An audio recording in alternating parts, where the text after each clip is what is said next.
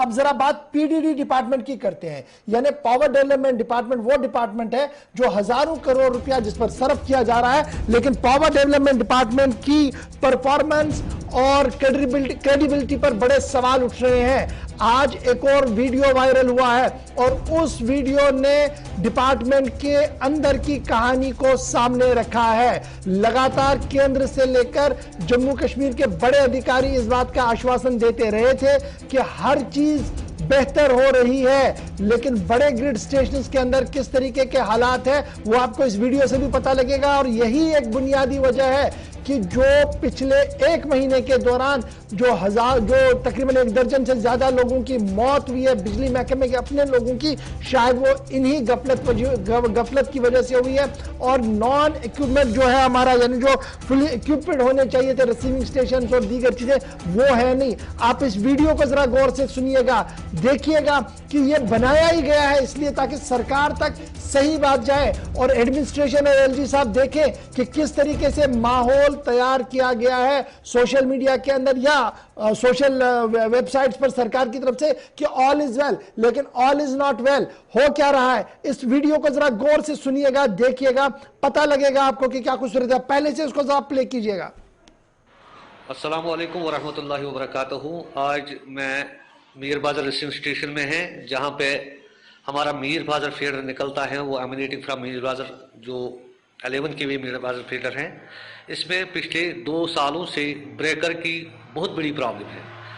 जिस वक्त भी ट्रिपिंग हो रही है तो ट्रिप या कोई फॉल्ट एक्चुअर हो जाता है तो उसके बाद उसको चार्ज करना बहुत बड़ा मसला बन जाता है। तो मैं आज आप साहब को ये दिखाना चाहता हूँ कि हमारा एसबीओ साहब जो यहाँ पे ऑन ड्यूटी है वो मीर बाज़ार को रेस्टोर करने के लिए उसको किन किन मुसीबतों से गुजरना पड़ता है, ये विजुअल्स आपको दिखा रहे हैं।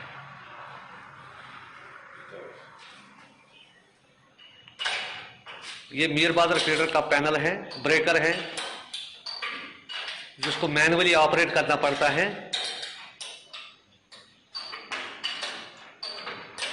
ये फुल ऑफ रिस्क है। बहुत बड़ी प्रॉब्लम हो रही है पिछले 2 सालों से।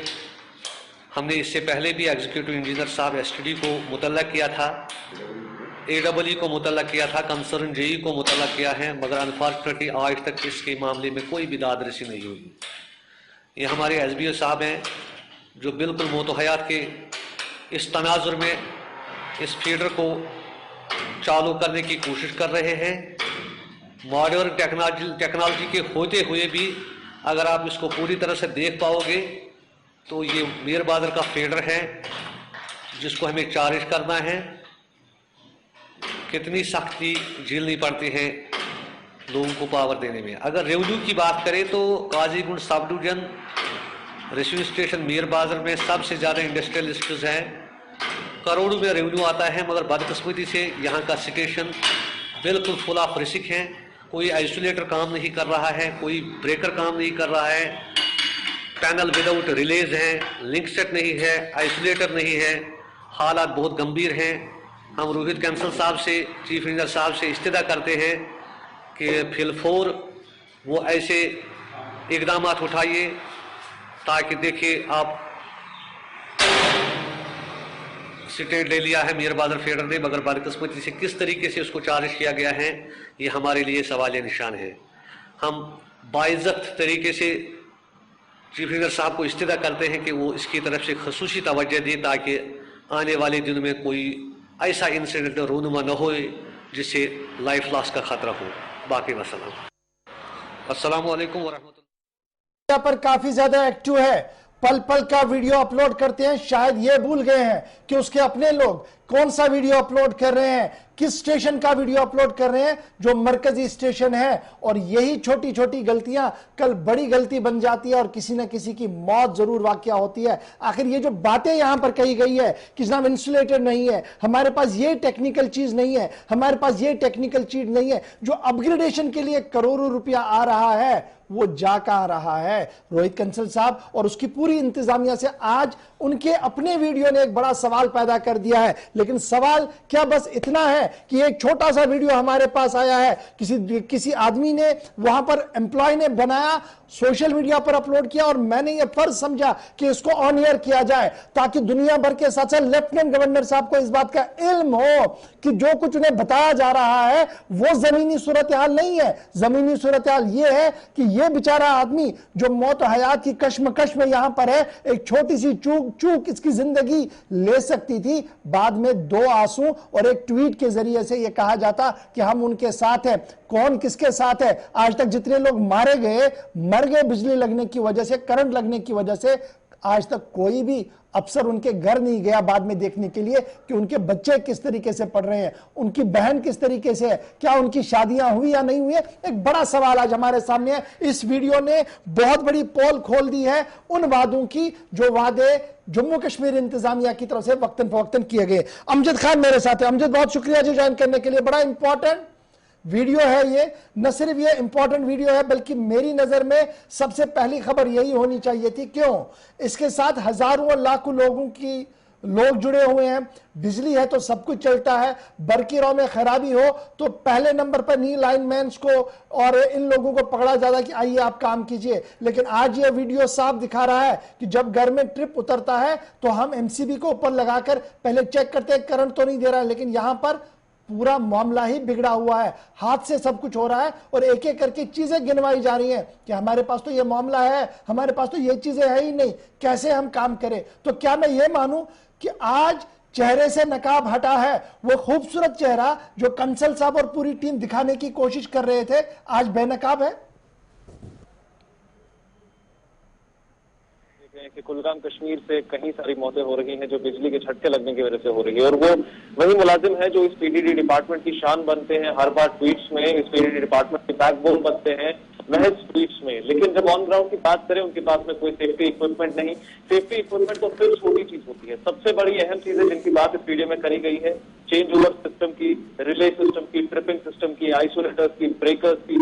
ये वो सिस्टम हैं जो एक जनरेशन प्लांट में बैकबोन का काम करते हैं। यानी इनमें से अगर एक भी चीज खराब हुई तो जनरेशन प्लांट को चलाना मुश्किल नहीं, नामुमकिन के बराबर होता है। लेकिन जिस तरह से ये लोग काम कर रहे हैं इसका सराहना तो की जानी चाहिए, लेकिन इसके साथ साथ इस डिपार्टमेंट से सवाल करने की भी जरूरत है कि जो सिस्टम आज 21वीं सदी में लोग एक बटन दबाकर ऑटोमेटिकली चलाते हैं, यहाँ पर हमारे इन मुलाजिमों को हाथों से करंट के साथ में खेलना पड़ रहा है और हाथ में महज ग्लव्स लगा हुआ है, उसके अलावा कोई ऑप्शन नहीं। सारे ऑफिसर्स के नाम उन्होंने लिया, जेई से बात हुई है, हमारे जितने भी एग्जीक्यूटिव ऑफिसर्स हैं उनसे बात हुई है, सबको इन्फॉर्म कर चुका है, लेकिन अभी तक कोई असर ग्राउंड जीरो पर नजर नहीं आ रहा है। वहीं दूसरी तरफ हमने भी इस वीडियो को देखने के बाद पीडीडी डिपार्टमेंट के चीफ इंजीनियर को कॉल किया, बात करने की कोशिश की, लेकिन वो किसी आला अधिकारी के साथ मीटिंग में बैठे हुए थे और कहा कि हमारे पास अभी वक्त नहीं, हम आपसे कल बात करेंगे। यही बातें होती हैं जो इन ग्राउंड जीरो के मेंबर्स को बहुत ज्यादा हम कहें तो खतरे में डाल रही है, क्योंकि आला अधिकारी तो हमेशा मीटिंगों में बैठे होते हैं और ग्राउंड जीरो पर क्या चल रहा है उसकी खबर किसी को नहीं होती जब तक ऐसे वीडियोस वायरल नहीं होते। पिछले 7 दिनों में हम कितनी जाने पूछ चुके हैं कुलगाम के अंदर, और ऐसे एक स्टेशन नहीं कई स्टेशन हैं जिनमें ये डिफंक्ट सिस्टम चल रहा है। हम नाम लेना चाहेंगे, मातापाल एक आता है स्टेशन, रिसीविंग स्टेशन है साउथ कश्मीर में, कुलगाम रिसीविंग स्टेशन है, मीर बाजार रिसीविंग स्टेशन जिसका ये वीडियो है जो साउथ सर्कल को प्रिटेंड करता है। उसके अलावा सिर्फ बिजबिहाड़ा का रिसीविंग स्टेशन है जहां पर ये हम कहें तो एक तरह से डिफंक्ट सिस्टम चल रहा है। श्रीनगर के अंदर भी लाल बाजार, जोनेमार, वांगनपोरा जो एरियाज है वहां से जो रिसीविंग स्टेशन है वहां पर भी यही हालत है, ऐसा बताया जा रहा है सूत्रों के हवाले से। और उसके साथ साथ अगर हम नॉर्थ कश्मीर की बात करें तो डोलीपोरा, पुरसन या फिर पटन इलाके की बात करें, हंदवाड़ा की बात करें, वहां के भी रिसीविंग स्टेशन की यही बात की जा रही है। जब सवाल पूछा गया कि आखिर ऐसा होता क्यों, एक एम्प्लॉय से हमने बात की, वहां से उन्होंने हमें कहा कि ऐसा इसलिए होता है क्योंकि हमारे रिसीविंग स्टेशन की सर्विस हर साल होती है, यानी फर्स्ट हर साल हमारे जो रिसीविंग स्टेशन है उनकी सर्विसिंग होनी चाहिए, वहां पर सारी चीजें चेक की जानी चाहिए, क्रॉस चेकिंग होनी चाहिए कि ऑयल बराबर है या नहीं, हमारे ट्रांसफार्मर सही से काम कर रहे हैं या नहीं, ट्रिपर्स काम कर रहे हैं या नहीं, ब्रेकर्स, आइसोलेटर्स काम कर रहे हैं या नहीं। लेकिन जम्मू कश्मीर की बदकिस्मती ये है कि ये इंस्पेक्शन आज से 5 साल पहले हुआ है, 5 साल पहले से लगी है। पिछले 5 साल में अभी तक किसी भी ऑफिसर ने जहमत नहीं उठाई कि वो रिसीविंग स्टेशन में पैर रखे।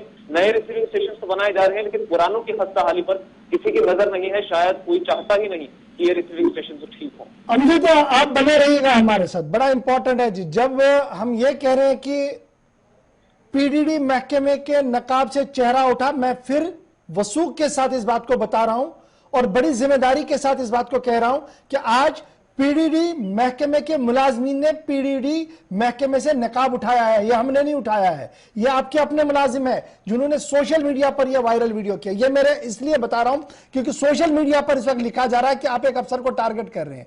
हम किसी अफसर को टारगेट नहीं कर रहे हैं, हम पॉलिसी को टारगेट कर रहे हैं, उस पॉलिसी लक्यूनास को पर बात कर रहे हैं जिस पॉलिसी की वजह से 12 लोगों की मौत 1 महीने के अंदर होती है और अकाउंटेबिलिटी के नाम पर ट्वीट जारी किए जाते हैं। इसलिए बात हो रही है आज और इसलिए इस वीडियो को चला रहे हैं हम, ताकि लेफ्टिनेंट गवर्नर साहब तक असल हकीकत जाए और लेफ्टिनेंट गवर्नर साहब इस बात को समझ ले कि उनके अफसर उन्हें सही नहीं बता रहे हैं, क्योंकि ये वीडियो चीख चीख कर बता रहा है कि ये सारी चीजें वहां पर नहीं है। नो डाउट इन सारी चीजों की जरूरत नहीं होगी वहां पर, लेकिन मौजूदा दौर में जब एक आदमी को डर लग रहा है घर में अपनी बिजली ठीक करने के लिए, तब आप मौत के मुंह में इन लोगों को झोंक रहे हैं, तो सवाल आपसे जरूर पूछेंगे और बड़ी आवाज बुलंद करके पूछेंगे कि क्यों आप ट्वीट पर झूठ बोल रहे हैं, क्योंकि आप कह रहे हैं all is well, all is not well. अगर सब कुछ ठीक होता तो आज ये वीडियो हमारे सामने नहीं होता। कंटिन्यू कीजिएगा आप अपनी बात को।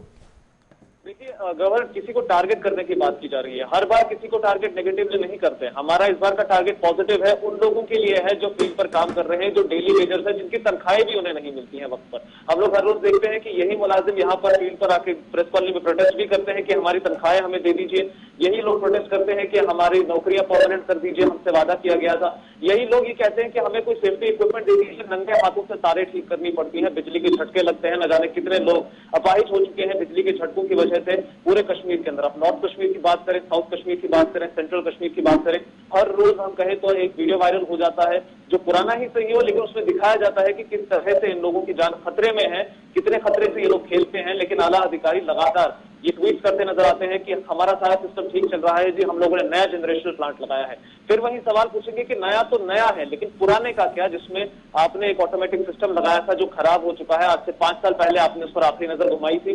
पिछले 5 साल में उस सिस्टम का क्या हुआ? क्या कभी किसी ने इस पर कोई खबर दी? क्या कभी किसी ने इस पर कोई सवाल किया? दरअसल एक सोशल ऑडिट की बड़ी जरूरत है। बहुत शुक्रिया जी अमजद हमारे साथ ज्वाइन करने के लिए। सोशल ऑडिट की जरूरत है और ये सोशल ऑडिट बड़ा इंपॉर्टेंट है हर महकमे के अंदर, ताकि पता लगे जो निजाम हमारे पास है, जो इंफ्रास्ट्रक्चर मेरे पास है, उस इंफ्रास्ट्रक्चर में कमियां कहां पर है, लूप होल्स कहां पर है, और जब ये लूप होल्स आपके सामने आए तो उन्हें प्लग करें, इन्हें ठीक करें। न ये कहे कि जनाब आप तो हमारे ऊपर सवाल उठा रहे हैं। सवाल उठाया जाएगा जनाब, जब हालात ऐसे होंगे तो सवाल ही उठते हैं। अगर हालात बेहतर होते तो सवाल नहीं उठाए जाते, बल्कि पीठ थपथपाई जाती है, जो हम बहुत बार कर चुके हैं। लेकिन जब हमने हालात आज देखे तब जाकर इस खबर को भी सामने रखे हैं।